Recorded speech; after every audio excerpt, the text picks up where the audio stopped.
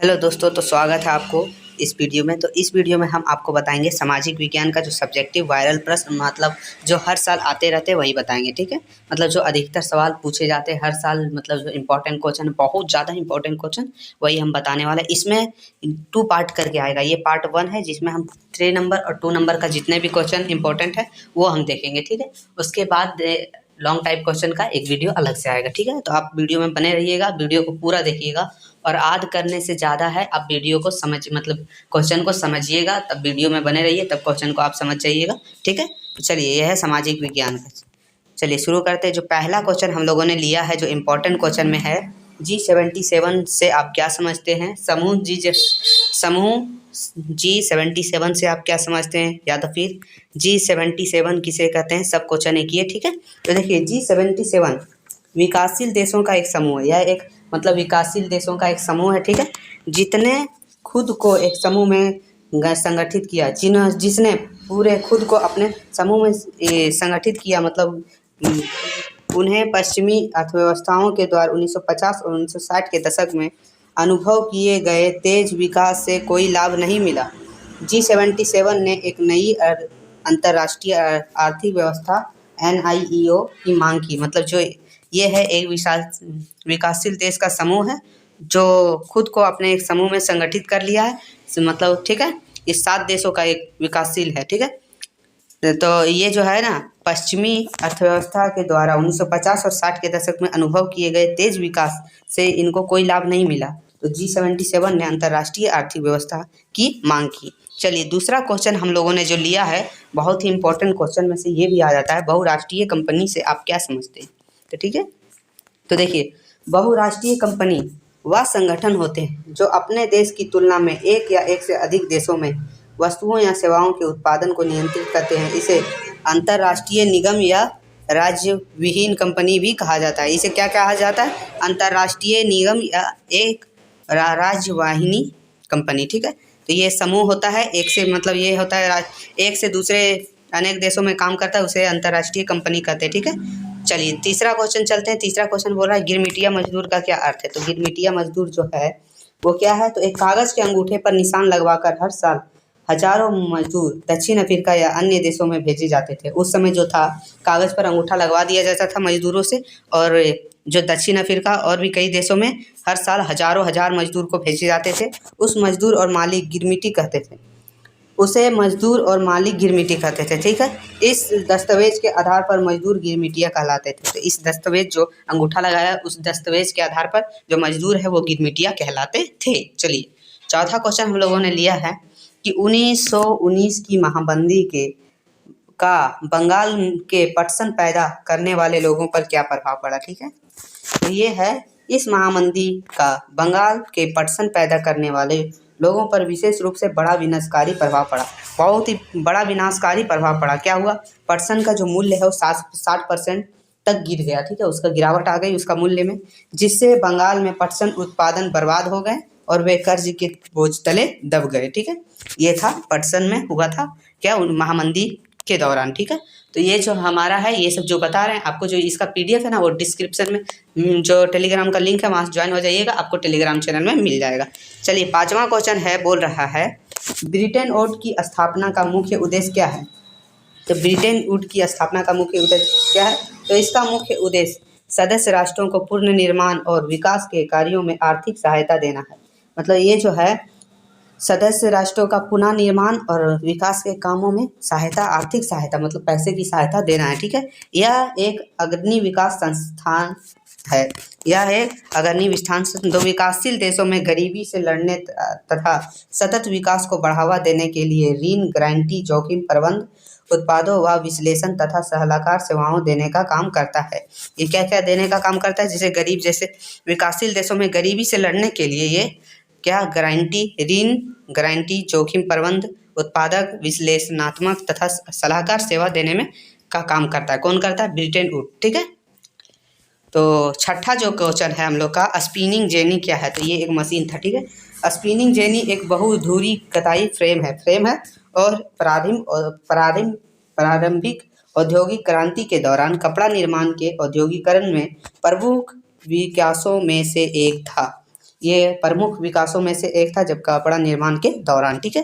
Spinning jenny का आविष्कार James Hargreaves ने 1764 या 1765 ईस्वी में किया था, जिससे एक साथ सूत के 8 धागे काटे जा सकते थे। ये था स्पिनिंग जेनी, एक मशीन था, ठीक है, सीधी बात है। तो 7वां जो हम लोग का है क्वेश्चन वो बोल रहा है पूर्व औद्योगिकरण। तो देखिए हम लोग का जो 7वां क्वेश्चन है वो बोला पूर्व औद्योगिकरण से क्या तात्पर्य है। तो औद्योगिकरण का इतिहास प्रारंभिक फैक्ट्रियों की स्थापना से शुरू होता है। इंग्लैंड और यूरोप में फैक्ट्री की स्थापना से भी पहले अंतर्राष्ट्रीय बाजार के लिए बड़े पैमाने पर औद्योगिक उत्पादन होने लगा था। मतलब जो इंग्लैंड और यूरोप में जो फैक्ट्री लगे स्थापना हुए उनसे पहले भी जो अंतर्राष्ट्रीय बाजार के लिए बड़े पैमाने पर औद्योगिक उत्पादन होने लगा था, ठीक है। यह उत्पादन फैक्ट्री में नहीं होता था, ये फैक्ट्री में नहीं होता था। बहुत सारे इतिहासकार औद्योगिक के इस चरण को पूर्व औद्योगिकरण कहते हैं। बहुत सारे इतिहासकार जो है वो फैक्ट्री से पहले के औद्योगिकरण को क्या कहते हैं, पूर्व औद्योगिकरण, ठीक है। ये हम लोग का 7वां। चलते हैं 8वां क्वेश्चन की तरफ। तो 8वां क्वेश्चन भी ये कभी कभी पूछ देता है। देखिए उपभोक्ताओं को किन 2 वर्गों में बांटा गया है। तो उसे कौन कौन वर्गों में बांटा गया। तो देखिए एक APL BPL, ठीक है। APL गरीबी रेखा से नीचे, BPL गरीबी रेखा से ऊपर, ये है आप लोग का। चलिए अब चलते हैं जो अगला क्वेश्चन है 9वां, उसमें बोल रहा है। देखिए इसमें 3-4 तरह का क्वेश्चन आता है। रोपण खेती क्या है, झूम खेती क्या है, आत्मनिर्वाह खेती क्या है, ये सब कृषि क्या है, ठीक है, यही सब समझ लीजिए। तो रोपण कृषि के बारे में हम लोगों ने लिया। तो रोपण कृषि वाणिज्य कृषि का एक प्रकार है। चाहे चाय, कहवा, काजू, रबड़, केला अथवा कपास की एकल फसल उगाई जाती है। इस प्रकार की कृषि में बड़ी मात्रा में श्रम और पूंजी की जरूरी होती है, आवश्यकता होती है। जो भी उत्पाद प्राप्त होता है इसका प्रसंस्करण खेतों या नज़दीकी में स्थित कारखाने में किया जाता है। कहाँ किया जाता है, खेतों और नज़दीकी में जो स्थित कारखाना है वहीं किया जाता है। ये है रोपण कृषि, ठीक है। इसमें क्या क्या आता है, चाय, कहवा, काजू, रबड़, केला, कपास, ठीक है, आदि। ये इसको एकल फसल भी कहते हैं, ठीक है, एकल फसल। देखिए 10वां जो हम लोग का क्वेश्चन बोल रहा है आत्मनिर्वाह कृषि क्या है। तो आत्मनिर्वाह कृषि क्या है। देखिए निर्वाह कृषि के अंतर्गत एक शीर्षक परिवार द्वारा अपनी आवश्यकताओं को पूरा करने के लिए खेती की जाती है। मतलब इसमें जो अपने परिवार को के मतलब ज़रूरतों को पूरा करने के लिए जो कृषि किया जाता है उसे आत्मनिर्वाह कृषि कहते हैं, ठीक है। यह कृषि परंपरागत तरीकों से की जाती है। परंपरागत तरीका जिसमें निम्न स्तरीय प्रौद्योगिकी काम में ली जाती है तथा श्रम भी अधिक करना पड़ता है तथा फसल की उपज भी कम होती। मतलब इसमें जो है जो काम ज़्यादा होती है, श्रम की अधिक करना पड़ता है, मतलब मेहनत ज़्यादा करना पड़ता है और फसल की जो उपज है वो कम होती है। ये है हमारा आत्मनिर्वाह कृषि, ठीक है, आत्मनिर्वाह कृषि। अब चलते हैं 11वां क्वेश्चन की तरफ। तो 11वां क्वेश्चन बोल रहा है लौह खनिज क्या है, उदाहरण देकर समझाइए। तो लौह खनिज क्या है, लौह खनिज जिसमें लोहा का अंश पाया जाए उसे हम लौह खनिज कहते हैं। जैसे देखिए ऐसे खनिज अयस्क जिसमें लोहे का अंश होते हैं उसे लौह खनिज कहते हैं। जैसे में देखिए लौह अयस्क, मैग्नीशियम, क्रोमाइट, ये सब जो है इसमें लोहा का अंश पाया जाता है और भी है, ठीक है। ये है हम लोग का 11वां का। अब चलते हैं 12वां क्वेश्चन जो हम लोग का बोल रहा है राजनीतिक दल का क्या तात्पर्य है। मतलब राजनीतिक दल से क्या समझते हैं, राजनीतिक दल क्या है, सीधी समझ लीजिए। तो राजनीतिक दल लोगों का एक ऐसा संगठित जुट होता है जिसके सदस्य किसी साझी विचार तो है ना, तो इसे जो हम लोग ये है क्या है, किसी साझी विचारधारा में विश्वास रखते और समान राजनीतिक दृष्टिकोण रखते। यह दल चुनावों में उम्मीदवार उतारते हैं और उन्हें निर्वाचित करवा कर दल के कार्यक्रम लागू करवाने का प्रयास करते हैं। मतलब ये जो है एक संगठित जुट है जो सदस्य को साझी विचारधारा के विश्वास रखते हैं। मतलब साझी मतलब सीधे विचारधारा पर विश्वास रखते और यह समान राजनीतिक दृष्टिकोण रखते हैं। यह दल चुनाव में अपना एक उम्मीदवार उतारता है और उसे चुनाव में जिताकर वो कार्यक्रम लागू करवाने का प्रयास करता है। ये है राजनीतिक दल, ठीक है। चलिए आगे चलते हैं। हम लोग का लोकतांत्रिक सरकार के 2 गुण लिखे। लोकतांत्रिक सरकार के क्या क्या गुण है, तो देखिए उसका सबसे पहले देखिए लोकतांत्रिक एक प्रकार का शासन व्यवस्था, ठीक है, जिसमें सभी व्यक्ति को समान अधिकार होता है। एक अच्छा लोकतंत्र वह है जिसमें राजनीतिक और सामाजिक अन्याय के साथ साथ आर्थिक अन्याय की व्यवस्था भी है। देश में यह शासन प्रणाली लोगों का सामाजिक, राजनीतिक तथा धार्मिक स्वतंत्रता प्रदान करती है। मतलब जो लोकतांत्रिक है वो एक शासन व्यवस्था है जिसमें सभी व्यक्ति को समान अधिकार होता है, ठीक है। एक अच्छा लोकतंत्र वही होता है जो राजनीतिक, सामाजिक अन्याय के साथ साथ आर्थिक आर्थिक अन्याय का भी व्यवस्था भी है, ठीक है। देश में यह शासन प्रणाली लोगों को सामाजिक, राजनीतिक तथा धार्मिक स्वतंत्रता प्रदान करती है, मतलब आज़ादी देने का काम करती है। ये है लोकतांत्रिक सरकार, ठीक है। अब चलिए 14वां क्वेश्चन की तरफ चलते हैं, जो बोल रहा है उदारीकरण से आप क्या समझते हैं। ये भी आपके सवाल में आने का चांस है, पूछ देता है, ठीक है। मतलब जितना भी हम टोटल 50 क्वेश्चन लिए, 50 में से बहुत सारा मैच हो जाएगा, और अगर मैच हो जाए तो आप आके कमेंट में थैंक्स जरूर लिख दीजिएगा, ठीक है। चलिए, उदारीकरण से आप क्या समझते थे। देखिए, उदारीकरण का जो अर्थ है, ऐसे नियंत्रण में ढील देना या उसे हटा देना जिससे आर्थिक विकास को बढ़ावा मिले।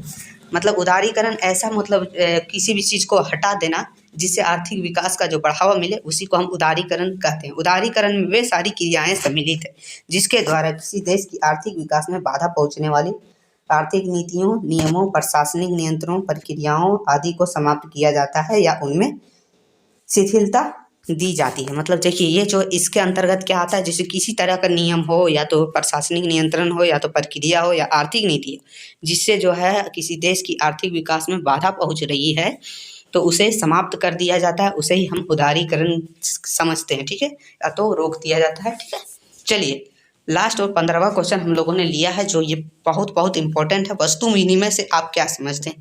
देखिए, ये जो क्वेश्चन है ना, बार बार बहुत ही ज़्यादा पूछा जा चुका, और बहुत ही वस्तु विनिमय क्या है। तो देखिए, वस्तु विनिमय एक सिंपल तरीका से, वस्तु विनिमय वो चीज़ है जिससे हम किसी चीज़ को, मतलब किसी वस्तु का लेन देन करते हैं बिना पैसा लगाए। मतलब उसे वस्तु देते हैं, वो भी उसके बदले वस्तु ही देता है, सीधे भाषा में समझिए तो, ठीक है। जैसे देखिए, लिखा है, वस्तु विनिमय से तात्पर्य लेन देन के लिए रुपये पैसे के स्थान पर एक वस्तु को दूसरी वस्तु से क्रय विक्रय करना। जिस तरह से बदलू लाख की चूड़ियाँ के स्थान पर अनाज व कपड़े लिया करता था, वस्तु विनिमय की पद्धति गाँवों में प्रचलित है। ये अधिकतर गाँवों में होता है, ठीक है। यहाँ लोग अन्न के बदले अन्य किसी भी खाने पीने या कपड़े वस्तु के आदान प्रदान कर लेते हैं। मतलब अदल बदल कर लेते हैं, ठीक है। अपना वस्तु दिया, उसके बदले दूसरा वस्तु ले लिया। इसके लिए कोई पैसे उसे देने की जरूरत नहीं पड़ती, उसे ही हम वस्तु विनिमय के नाम से जानते हैं, ठीक है। तो ये हम लोगों का 15 क्वेश्चन जो हम लोगों ने लिया, 15 इंपॉर्टेंट क्वेश्चन, तो 3 नंबर और 2 नंबर का रहता है, ठीक है। एग्जाम में आपको मिलेगा। तो ये सब क्वेश्चन है, आप आराम से इसका PDF डाउनलोड कर लीजिए और अच्छे तरीका से पढ़िए, क्योंकि 20 तारीख को आप लोग का एग्जाम है सोशल साइंस का।